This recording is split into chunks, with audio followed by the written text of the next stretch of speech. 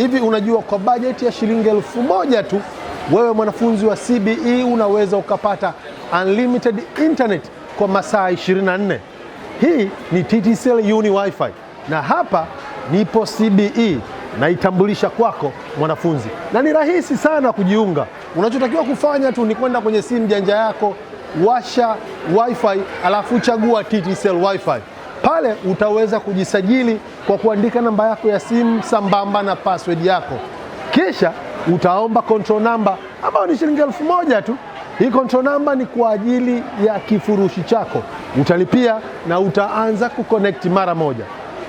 TTCL Uni Wi-Fi, speed ndio mahali pake.